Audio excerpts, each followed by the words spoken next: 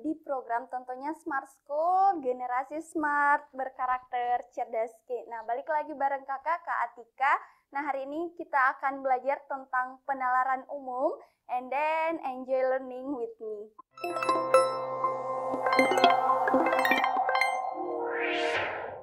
Ini untuk soal nomor 4. Nah, sama, jadi semuanya sama, redaksinya mirip-mirip.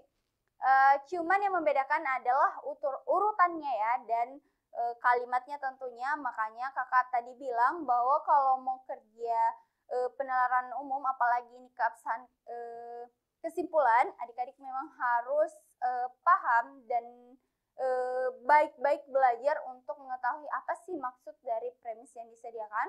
Kemudian apakah ada kesesuaian antara premis dengan kesimpulan yang ditarik. Nah, ini untuk soal nomor 4. Jadi, jika saya main hujan atau sakit, mama marah-marah. Sama ya, premis yang disediakan dengan nomor sebelumnya. Nah, terus kalimat atau premis keduanya di sini adalah saya tidak sakit. Nah, jadi premis yang disediakan itu adalah saya tidak sakit. Terus simpulan yang dapat ditarik adalah mama tidak marah-marah.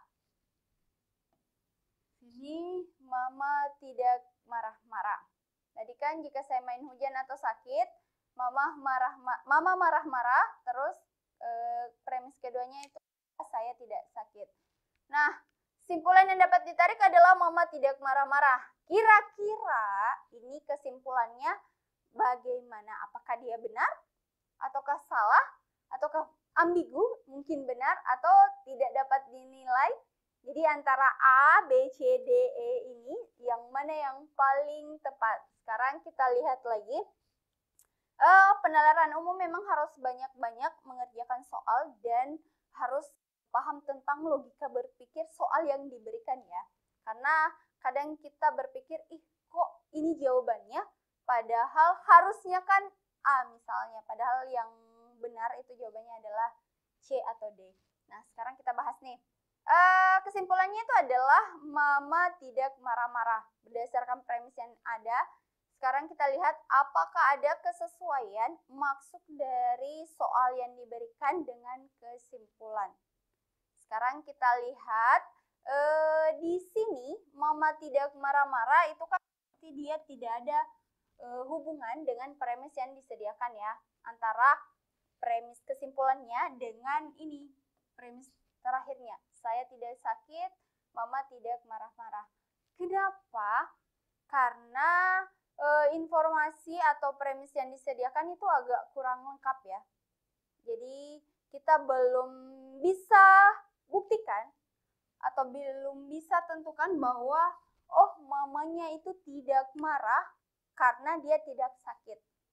Tidak ada redaksi kalimat atau premis yang disediakan untuk menghubungkan alias menyambungkan maksud dari premis kedua dengan kesimpulan yang dapat ditarik. Ingat, kalau misalnya tidak ada redaksi kalimat atau premis yang disediakan yang menghubungkan antara kesimpulan dengan premis-premisnya, berarti pasti kita tidak bisa tarik kesimpulan. Kenapa? Karena informasinya kurang.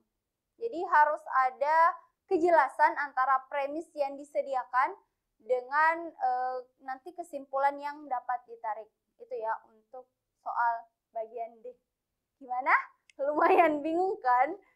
Nah, itu lagi kita harus memang paham tentang redaksi kalimatnya dan maksud redaksi kalimatnya. Karena dari tadi nih, soal nomor 1 sampai soal nomor 4 itu kan dia mirip-mirip redaksi kalimatnya, hanya berbeda di penempatan. Dan beda penempatan pasti beda maksud. Beda maksud berarti pasti akan berbeda kesimpulannya dan pasti akan berbeda jawaban yang ingin dihasilkan.